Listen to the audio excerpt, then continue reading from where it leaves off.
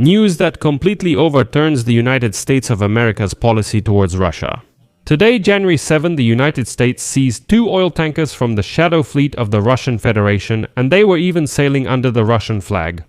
It turned out that near one of the seized Russian tankers, there were 2 warships and even a submarine of the Russian Federation, which were supposed to protect this vessel. But at the moment the tanker was seized by the Americans, the Russian military simply watched what was happening, which proved that Russians can only boast, and this story deserves special attention. Basically, the old rusty empty tanker Bella 1, which tried to enter Venezuela for oil but became the target of pursuit by the United States Coast Guard, changed course and headed to Murmansk in the Russian Federation. On its way across the Atlantic, it was re-registered in Russia, and Russia sent military forces to assist it. When the Russians raised the Russian flag on the tanker, they expected that the United States of America would stop the pursuit, but that wasn't the case.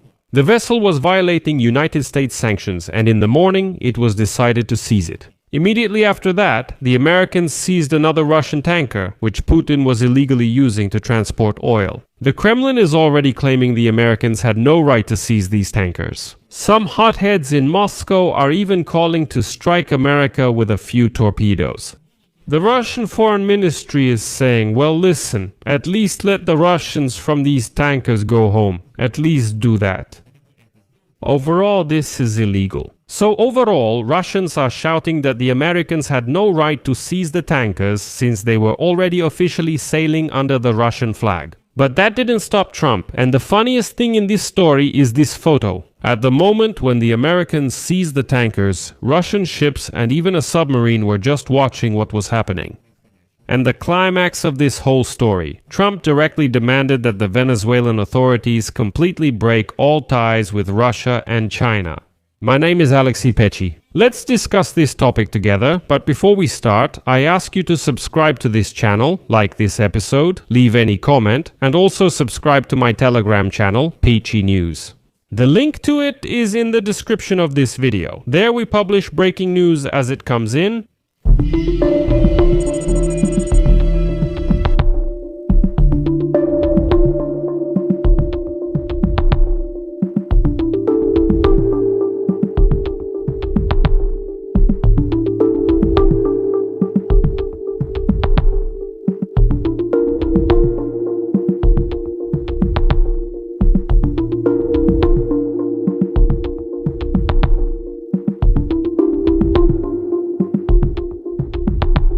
So, I'll start with the latest information. Both vessels seized by the United States today were connected to Venezuela. This statement was made by the United States Secretary of Homeland Security, Kristi Noem. Here is her quote. During 2 operations carried out at dawn today, the United States Coast Guard systematically and thoroughly coordinated boarding of 2 tankers from the Shadow Fleet. One was in the North Atlantic, the other in international waters near the Caribbean Sea. Both vessels, the tanker Bella 1 and the motor vessel Sofia, were either last anchored in Venezuela or were heading there.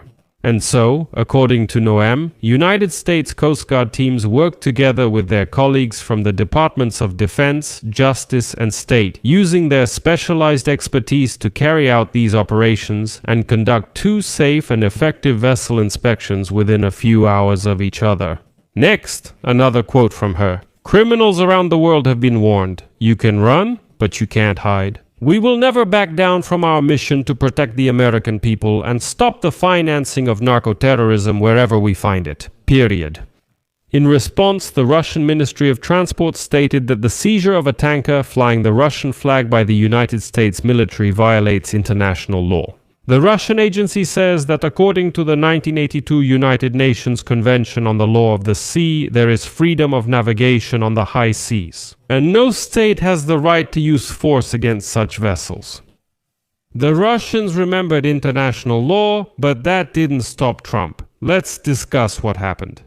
At around noon Kiev time, the United States began an operation to seize the tanker Bella 1, which had left Venezuela despite the American blockade and changed its flag to Russian.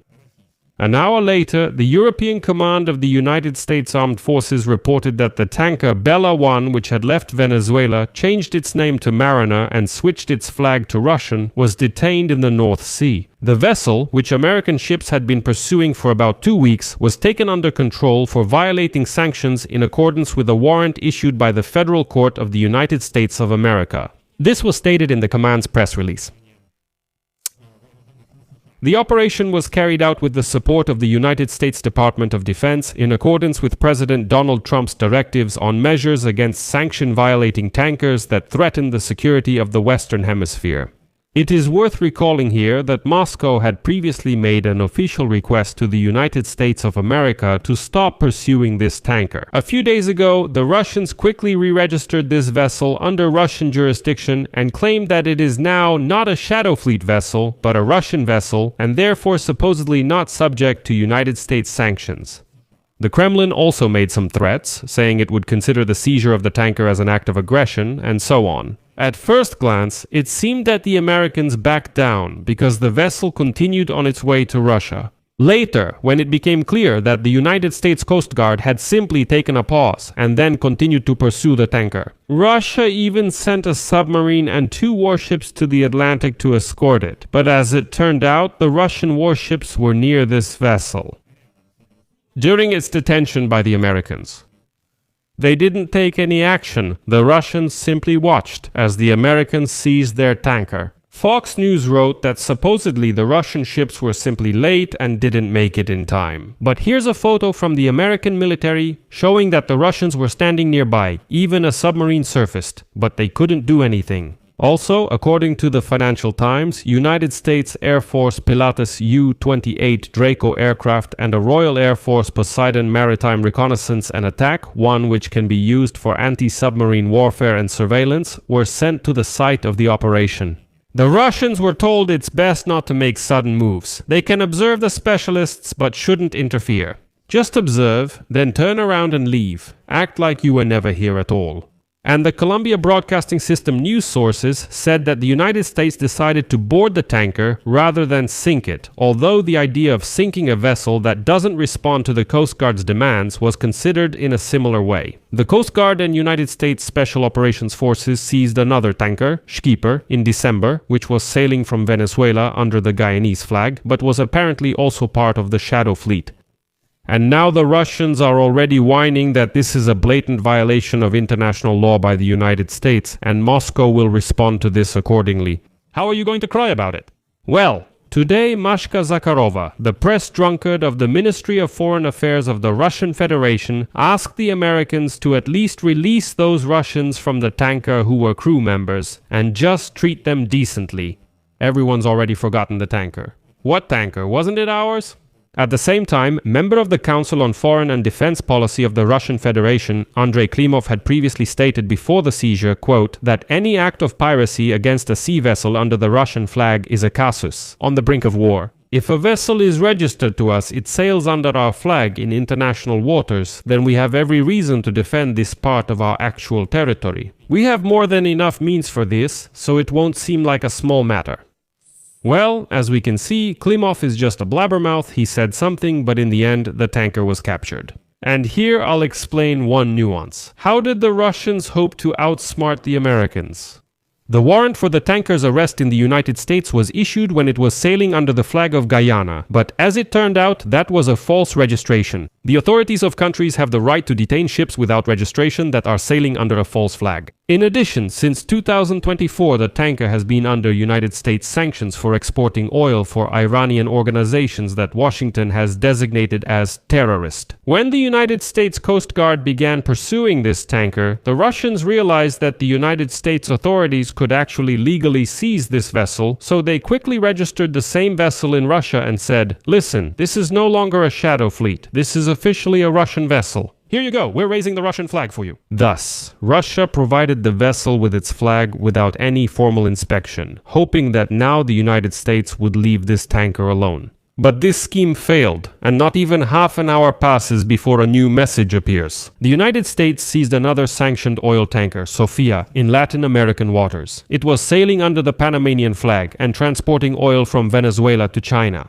But why did I say that both vessels were Russian? The thing is, it was with the help of the Russian Federation that Venezuela was bypassing American sanctions. The tankers usually operated under Russian jurisdiction or sailed under the flags of other countries, but they were part of the Russian Federation's shadow fleet and transported Venezuelan oil under foreign flags. In this way, Rosneft exported oil from Venezuela and sold it as Russian or any other, in this case, American. They couldn't fool anyone. So the United States decided to simply block almost all oil shipments from Venezuela. Moreover, Pentagon Chief Pete Hegseth stated that the United States will continue the blockade of the shadow fleet transporting Venezuelan oil. Here is his quote: "The United States still enforces the blockade on all shadow fleet ships illegally carrying Venezuelan oil to finance illegal activities by stealing funds. The Venezuelan people will only be allowed to engage in legal and legitimate energy trade as defined by the United States." Well, as we can see, the Americans don't even care that Russia sent a submarine and 2 warships to protect the tanker. Putin's bluff didn't work again, but that was only the beginning. Today, Donald Trump's administration demanded that the acting president of Venezuela, Delcy Rodriguez, expel Russia, China, Iran, and Cuba from the country, as well as sever all economic ties with these countries. Informed sources told American broadcasting company News this. Also, according to them, Venezuela must agree to exclusive cooperation with Americans in oil extraction and give preference to the United States when selling heavy oil.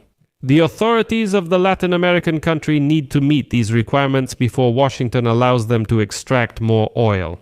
According to one of the sources, United States Secretary of State Marco Rubio said at a closed briefing with members of Congress on January 5 that Washington can force Venezuela to take all these steps because its oil tankers are overloaded.